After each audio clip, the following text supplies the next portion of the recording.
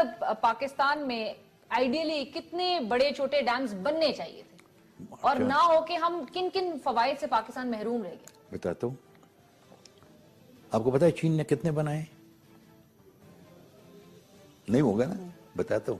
پچھلے 50 سال میں، پچھلے 50 سال میں جہاں پر پاکستان نے صرف وہ ڈیم بنائے جو کہ باہر لوگوں کی وجہ سے بنے، ورلڈ بینک کی وجہ سے بنے.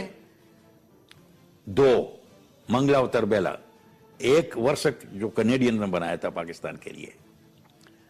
چین نے 20,000 ڈیم بنائے in 50 years. in 50 years. اور یہ بھی بتاؤں آپ کو، اب یہ خیال نہ کریں کہ چھوٹے ڈیم بنائے ہیں. اس میں وہ ڈیم بھی ہے جس کو 3 گارجز ڈیم کہتے ہیں، جس کی جنریشن جو ہے وہ 23,000 میگا واٹ ہے. ٹوٹل پاکستان کی ضروریات سے زیادہ ایک ڈیم. چین کیوں بڑا بن گیا جو بن گیا ہے؟ کیوں؟ نمبر 1، ہندوستان نے اسی 50 سال میں 4,500 ڈیم بنائے. ہمیں لوگ کہتے ہیں کہ جی نہیں، کالا باغ سے پاکستان تباہ ہو جائے گا. یہ مجھے بتا دیں کہ یہ پاکستان سے اگر ایک سے پاکستان کو نقصان پہنچنے کا خدشہ ہے تو 22,000 سے تو بہت ہی خطرہ ہوگا. نہ وہ تو ختم ہونا چاہیے تھا. ایبسولوٹلی. ہاں، وہ تو ختم ہونا چاہیے تھا. 4,500 سے تو ہندوستان ختم ہونا چاہیے تھا. نہیں، لیکن یہ ان کو وہ یہ بات سنتے ہیں، ہمارے رولرز یہی بات سنتے ہیں کہ جی وہ نہیں مان رہے. بھئی تم حکومت کس لیے ہو؟ تم نے حکومت یہ اس کے لیے کرنی ہے کہ تم صرف نوٹ چھاپتے رہو، نوٹ چھاپنے کے لیے. دس از دا پرابلم. اور کاربن کریڈٹس بھی لے لیتا ہے. اور خود انہوں نے 4,500 ڈیم بنائے. خود جواہر لال نہرو جب اس کا وہ کر رہا تھا، یہ جو ڈیم بنا رہے تھے یہ بیاس کے اوپر، تو اس کو جو اس نے کہا تھا، اس کے الفاظ یہ تھے، These are the gods, these are India's gods of the 20th century. ایک طرف وہ ہو، دوسری طرف وہ ہو کہ نہیں بڑے ڈیم ہمیں نہیں چاہیے، تو کیا کریں گے آپ؟ یہ انڈیا کے جواہر لال نہرو کے الفاظ تھے. He was inaugurating that dam. میں اس کا نام بھول گیا ہوں. وہ inaugurating that dam and he said, These are India's gods of the 20th century. اور آپ یہ کہتے ہیں. یہ بڑی اچھی بات ہوتی ہے کہ آپ اپنے نیبر کے ساتھ بڑے اچھے دوستانہ تعلقات رکھیں، کیونکہ اس میں فائدہ ہوتا ہے. اگر کوئی باہر کا دشمن آ جائے تو دونوں اکٹھے ہو جاتے ہیں. بالکل. لیکن اگر وہ دشمن ایسا ہو کہ وہ تمہاری پیچھے لگا ہوا ہو تمہیں مارنے کے لیے، تو کیا کرو گے تم اس کے ساتھ؟ یہ کوئی پوچھے مجھ سے، میں پوچھتا ہوں کہ جواہر لال نہرو کو جو پہلے خط مجیب الرحمان نے لکھا تھا پاکستان کے سیسیشن کے لیے، وہ 1960 میں لکھا تھا. اس نے جواہر لال نے کیا جواب دیا تھا؟ یہ نہیں دیا تھا کہ نہیں یہ تو ہم نے پارٹیشن پلان سائن کیا ہے، پاکستان کے ساتھ ایگری کیا ہے، سب کچھ. نہیں. آج کل کے حالات میں انٹرنیشنل کمیونٹی اس قسم کے بات کو پسند نہیں کرے گی. اس کے لیے کام کرنا پڑے گا. بالکل. یہ تھے اس کے الفاظ.